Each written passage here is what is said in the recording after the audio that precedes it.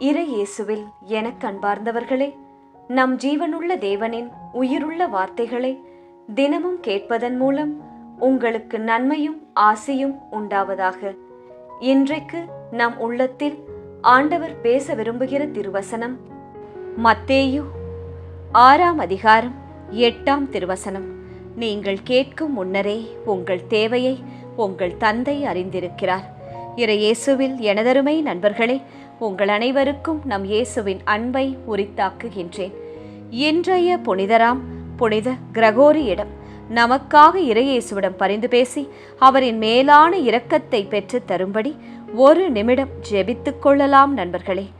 இன்று ஜூன் மாதம் 18ஆம் தேதி வியாழக்கிழமை. இன்றைய நாளில் தங்கள் பிறந்த நாள் மற்றும் திருமண நாளை கொண்டாடும் அனைவரையும் இறை இயேசுவின் அன்பும் ஆசிர்வாதங்களும் நிறைவாய் சேரட்டும். தங்களுக்கு நெருக்கமானவர்களின் பிரிவால் வாடும் நபர்களையும் இறை இயேசுவின் வியாகுல அன்னையின் ஆறுதல் போர்வையாய் மூட வேண்டுமாய் மனமாற ஜெபிக்கின்றேன். நண்பர்களே, மகிழ்ச்சியான முகம்தான் எப்போதும் அழகான முகம்.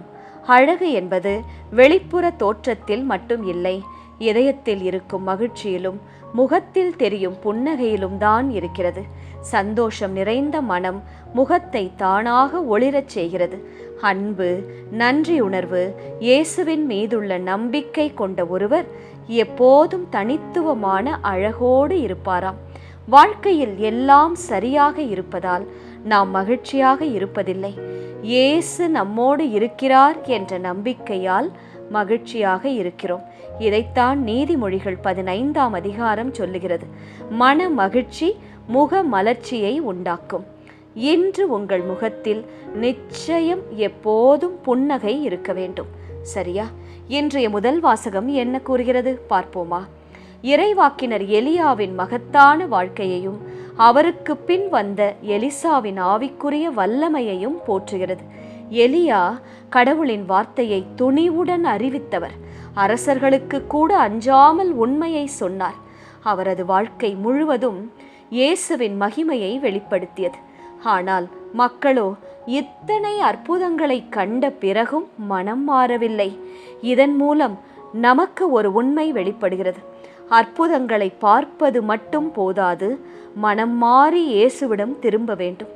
தினமும் ஜெபிக்க வேண்டும். பெற்றோர்கள் தங்கள் பிள்ளைகளுக்கு நல்ல அறிவுரைகளைத்தான் கொடுக்கிறார்கள்.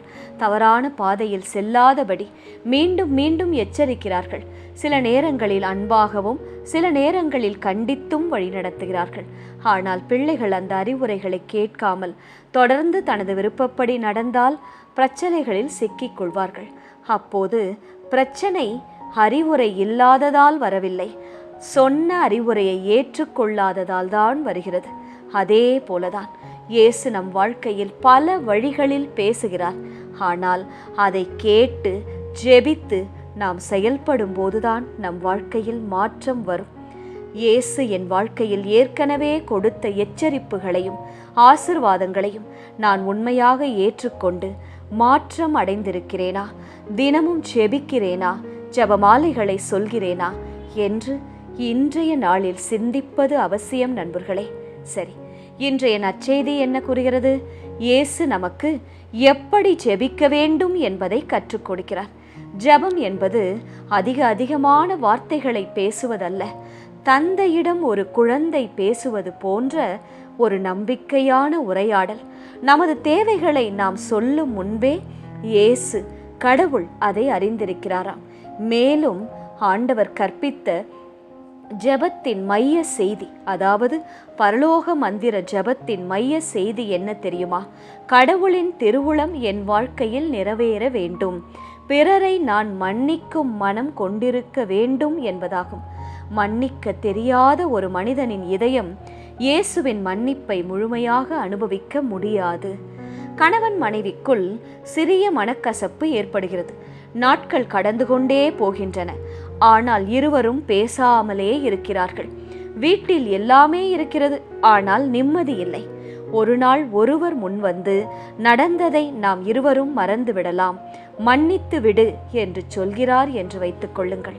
அந்த ஒரு வார்த்தை தான் வீட்டின் சூழ்நிலையையே மாற்றுகிறது. அதே போல நாம் தினமும் இயேசுவிடம் மன்னிப்பு கேட்கிறோம். ஆனால் மற்றவர்களை மன்னிக்க மறுத்தால் நம் உடன் பிறந்தவர்களை, நம் உறவினர்களை, நண்பர்களை, கணவனை, மனைவியை, இன்லாஸை மன்னிக்க மறுத்தால் நம் இதயத்தின் கதவை நாமே மூடிக்கொள்கிறோம். மன்னிப்பு பிறருக்கான பரிசு மட்டுமல்ல, நம் அமைதிக்கான விடுதலையும் ஆகும். நாம் இயேசுவிடம் மன்னிப்பு கேட்கும் அதே மனதோடு என்னை காயப்படுத்திய ஒருவரை மன்னிக்க நான் தயாராக இருக்கிறேனா என்பதையும் நாம் சிந்திக்க வேண்டும். இதற்குத்தான் இன்றைய நற்செய்தி நமக்கு ஞாபகப்படுத்துகிறது நண்பர்களே. சரி, இன்றைய திருப்பாடல் வழி ஜெபிக்கலாமா? உங்களுடைய மன்றாட்டுக்களோடு தயாராக இருக்கிறீர்களா? நேர்மையானவர்களே, ஆண்டவரில் களி கூறுங்கள்.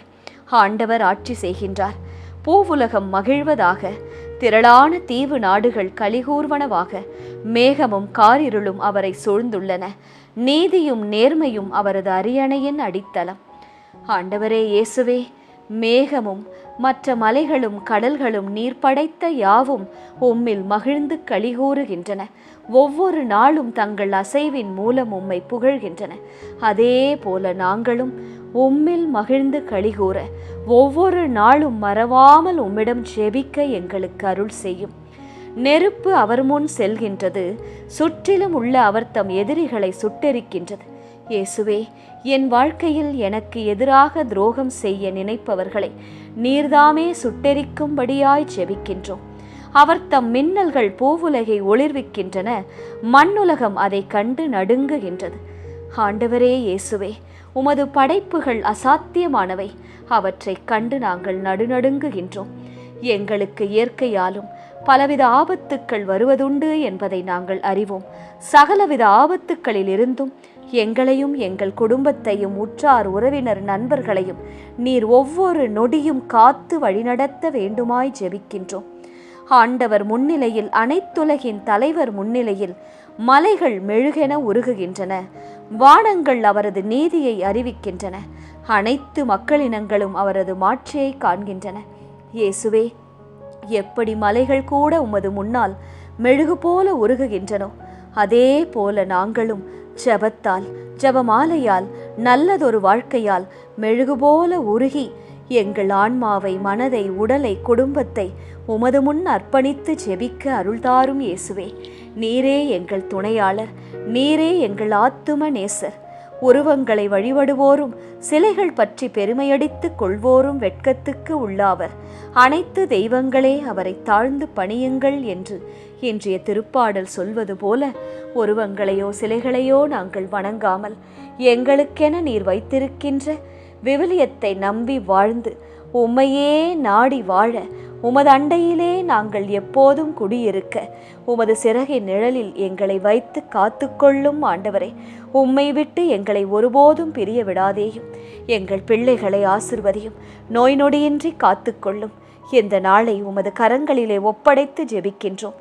இந்த நாள் எங்களுக்காக என்னவெல்லாம் வைத்திருக்கின்றது என்பதை நாங்கள் அறியோம்.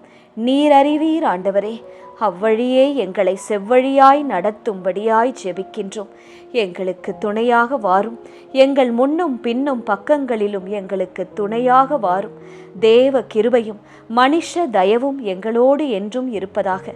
எங்கள் வேலையை செய்ய, குடும்ப காரியங்களை செய்ய எங்களுக்கு தயவு பாராட்டும். ஞானத்தை தாரும். எங்கள் பிள்ளைகளுக்கு நல்லொழுக்கத்தை தாரும். நல்லதொரு கிறிஸ்துவ பிள்ளைகளாக நாங்கள் அவர்களை பேணி வளர்க்க எங்களுக்கு துணை செய்யும் ஆண்டவரே. ஆமேன். இயேசு கிறிஸ்துவின் பெரிதான நாமத்தின் நிமித்தம் ஜெபிக்கிறோம். ஆமேன். ஒவ்வொரு நாளும் உங்கள் உள்ளத்தில் ஆண்டவர் பேச விரும்புகிற இறை வார்த்தையை தெரிந்து கொள்ள ரோசரி பிரேயர்ஸ் சேனலை சப்ஸ்கிரைப் செய்யுங்கள். மேலும் உங்கள் நண்பர்கள் மற்றும் உறவினர்களுடன் ஷேர் செய்யுங்கள். நன்றி.